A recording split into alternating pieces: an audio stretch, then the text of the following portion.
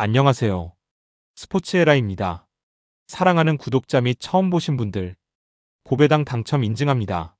실력으로 보여드렸고 어디 누구보다 정확한 정보와 조합으로 매일 무료로 공유해드렸습니다. 스포츠는 매일 있습니다. 비록 매일 맞춘다고 말씀은 못 드리지만 결국 이번처럼 또 한 번 당첨 나옵니다. 조합은 매일 무료로 공유해드리니 함께 당첨되어 우리은행 같이 갑시다. 첫 번째 경기 라요 바에카노 대 레알 마드리드 분석 시작해보겠습니다. 라요는 4-4-2를 전형으로 수비 밸런스를 유지하지만 빌드업 단계에서 불안이 두드러진다. 센터백 간격이 넓고 패스 선택이 단조로워 전방 압박에 자주 걸린다. 호르헤 대 푸르토스는 측면에서 탈압박을 시도하지만 지원이 늦어 고립된다. 28라조는 중거리 슈팅은 좋지만 수비 가담이 부족해 밸런스가 깨진다. 우나이 로페즈는 빌드업의 핵심이지만 압박 시 판단이 느려 실책이 잦다. 라인을 내리며 공간을 지키는 구조지만 하이프레싱 팀에 약하다. 결국 압박 회피보다는 롱패스 위주의 단순한 전개로 밀릴 가능성이 크다. 공 점유보다 실수 최소화가 우선인 수비적 접근이 예상된다. 레알은 4-2-3-1 전형으로 하이프레싱과 전환 속도가 모두 리그 정상급이다. 음바페는 전방에서 첫 압박을 시작하며 빌드업 차단을 이끈다. 비니시우스는 좌측 하프 스페이스로 좁혀들어 수비 간격을 무너뜨린다. 발베르데는 세컨드 지역에서 전진 패스를 통해 공격 템포를 높인다. 크로스와 추아메니가 라요 중원을 압박해 빌드업 실책을 유도할 것이다. 레알은 탈취 후 3패스 이내로 슈팅까지 연결되는 빠른 전환이 강점이다. 라인을 높이며 점유율과 속도 모두를 잡는 공격 전개가 특징이다. 결국 초반부터 템포를 주도하며 상대를 수비 블록 안에 가둘 가능성이 높다. 라요는 빌드업 실수 위험이 크고 전진 패스가 막히면 수비 라인이 흔들린다. 레알은 전방 압박 성공률이 높아 실책을 실점으로 연결할 가능성이 높다. 음바페와 비니시우스의 압박 타이밍이 완벽하게 맞으면 라요의 수비는 무너질 것이다. 세컨드볼 싸움에서도 레알이 우위이며 후반엔 체력 차이로 점유율 격차가 커질 전망이다. 결국 압박 완성도와 전환 속도에서 레알이 경기 전체를 주도할 흐름이다. 두 번째 경기 알크마르 대 PSV 분석 시작해보겠습니다. 알크마르는 4-2-3-1 전형으로 세밀한 빌드업을 시도하지만 템포가 느려 압박에 취약하다. 페럿은 전진 패스를 담당하지만 간격이 벌어지면 차단당하기 쉽다. 사디크는 측면 돌파 능력은 있으나 크로스 타이밍이 일정치 않다. 미난스는 전개 중심이지만 복귀 속도가 늦어 중원 압축이 풀린다. 풀백이 동시에 전진하면 측면 뒷공간이 쉽게 노출된다. 세트피스 타점은 강점이지만 오픈 플레이에서 연결 완성도가 낮다. 중원 간격 유지와 탈압박 성공률이 떨어져 템포 유지가 어렵다. 결국 압박 회피보다 수비 안정에 집중해야 하는 경기다. 아인트호벤은 4-3-3 전형으로 전방 압박과 짧은 연계로 템포를 끌어올린다. 루번 반 본멜은 하프 스페이스 침투로 수비 라인을 계속 흔든다. 스아우터는 압박 타이밍을 정확히 잡아 전환을 빠르게 만든다. 페리시치는 측면에서 컷백과 크로스로 공격의 폭을 넓힌다. 중원 6-8번의 전진 타이밍이 완벽해 리턴 패스 루트가 살아난다. 전방 압박 성공 시 상대 빌드업을 완전히 봉쇄한다. 라인 간격이 유지돼 세컨드볼 회수율도 높다. 결국 탈취 후 빠른 전환으로 경기 주도권을 잡을 가능성이 크다.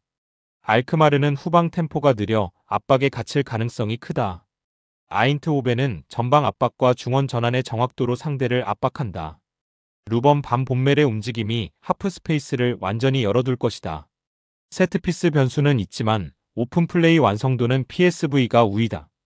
경기 중반 이후 전환 효율과 압박 디테일에서 아인트호벤이 앞설 전망이다.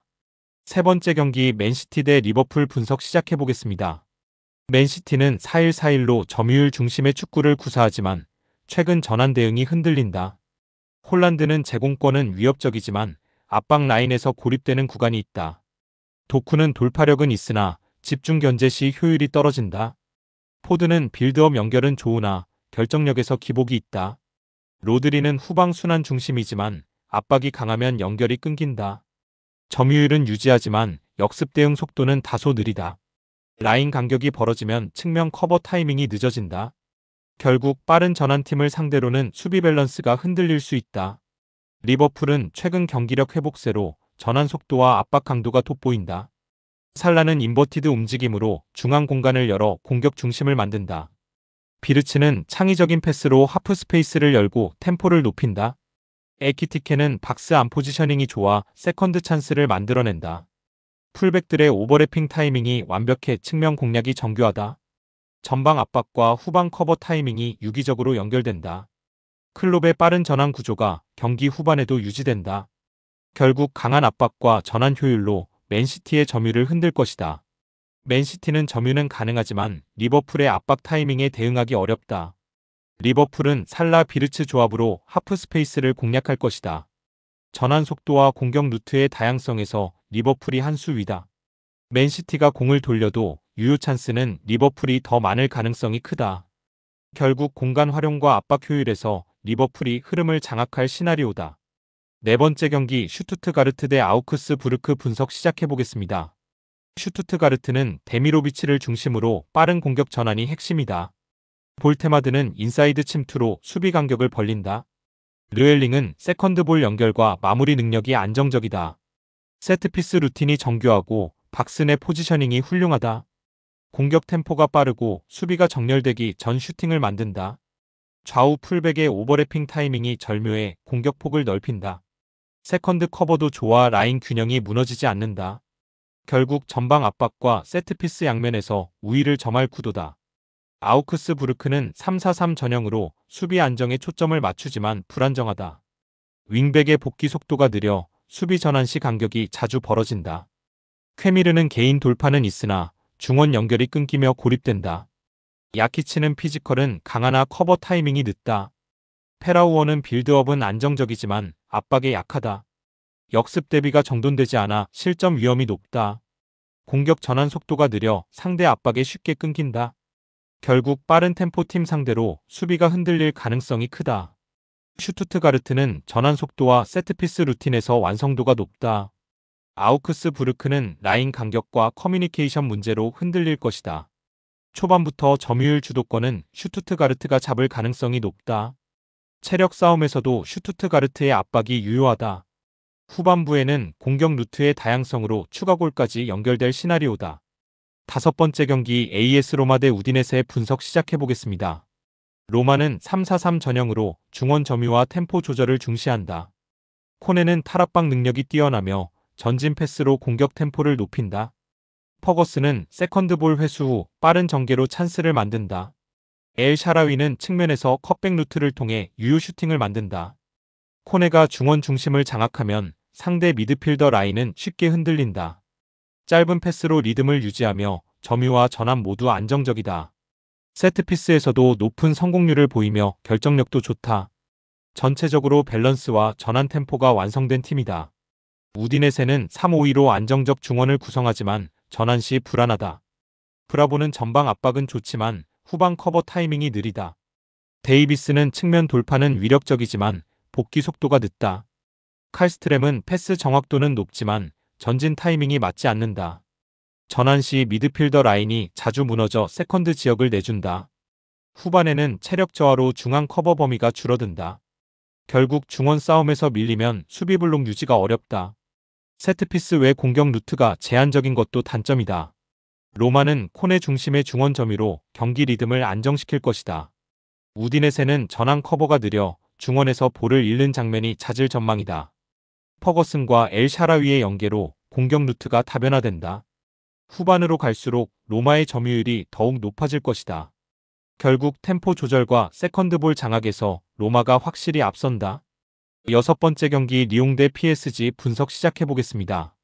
리옹은 4-2-3-1 전형으로 점유형 전개를 시도하지만 전환 수비가 느리다. 포파나는 볼 운반은 좋으나 커버 범위가 좁아 역습에 노출된다. 슐츠는 왕성한 활동량으로 공격을 지원하지만 복귀 타이밍이 늦다. 톨리소는 템포 조절 능력은 뛰어나지만 압박 대응이 느리다. 중원 간격 유지가 불안해 하프 스페이스가 자주 열린다. 세컨드볼 반응이 늦고 압박형 팀에 쉽게 밀린다. 홈에서는 공격 의지는 높지만 수비 집중력 저하가 잦다. 전환 구간의 라인 붕괴가 가장 큰 약점으로 꼽힌다.